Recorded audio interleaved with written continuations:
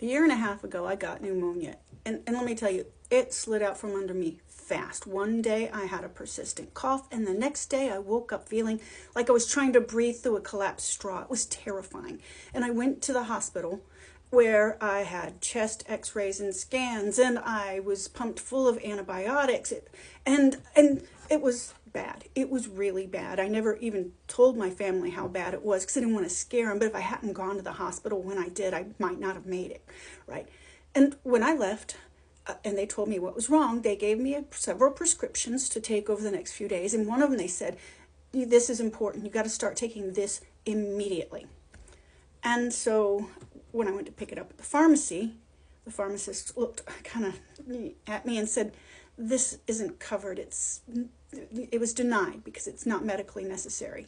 It wasn't denied by anybody who had spent the day listening to my lungs and looking at me and checking my blood oxygen levels as they decreased. No, it wasn't denied by any of those people. It was denied by somebody who had never seen me before and never would see me, never would look me in the eyes.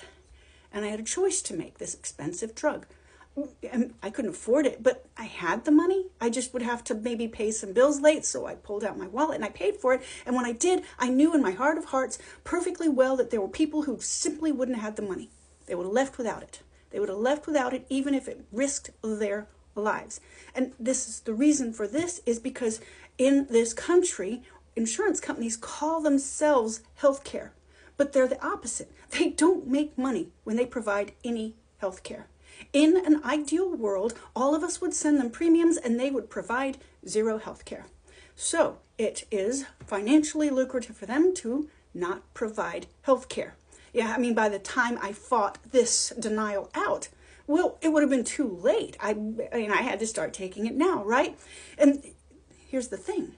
The CEO guy, right, who's responsible for making these ultimate determinations, right? He would not have been in the room to look me in the eye when he told me that I was not going to make it. He wouldn't have been there.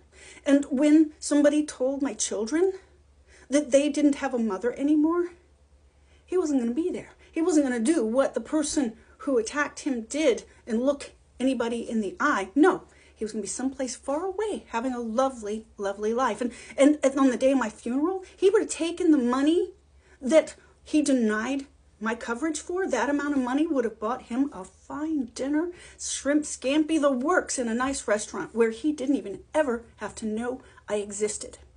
So here's the thing. While I don't have it in me to ever celebrate something like this, I don't.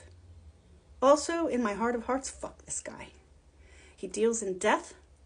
That's how he makes those millions. Yeah. I also, no.